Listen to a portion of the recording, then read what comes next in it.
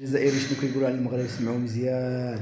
قال لهم سونا نشجع كاميرون ضد المغرب. قال لهم المغرب غتخسر ضد الكاميرون غادي تربح المغرب. سمعوا الخوت مزيان، سمعوا. ما بغيناش نربحوا كاع، باغي يطيحنا باي طريقه. قال لهم المغرب غتخسر والكاميرون غتربح. صاناش في حاجه واحده معايا الاعلام الجزائري خرج ليها بالطايطاي تقولوا نشجعوا الكاميرون، واخا الكاميرون كنض معاهم مشاكل. قال لك اسيدي حنا نشجعوا الكاميرون، نجيو تشوفوا معايا غنشجعوا حنا الكاميرون.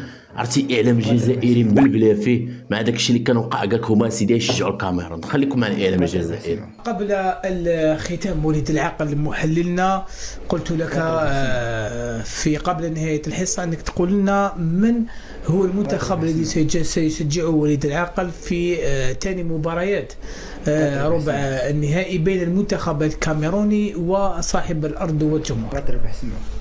باش نكون معاك صريح، انا ما نقدرش نخرج على السياق كيف المشجعين ولا الجماهير الجزائريه.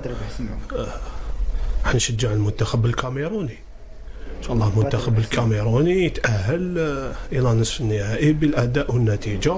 ياك هو اللي أقصدها المنتخب الكاميروني هو اللي لا في كرة القدم ما قصاناش في حاجة واحدة أخرى. ما كاش حاجة كما يقولوا كاين مشاكل ولا ما بين الجزائر والكاميرون من ناحية سياسية ولا اقتصادية ولا ثقافية.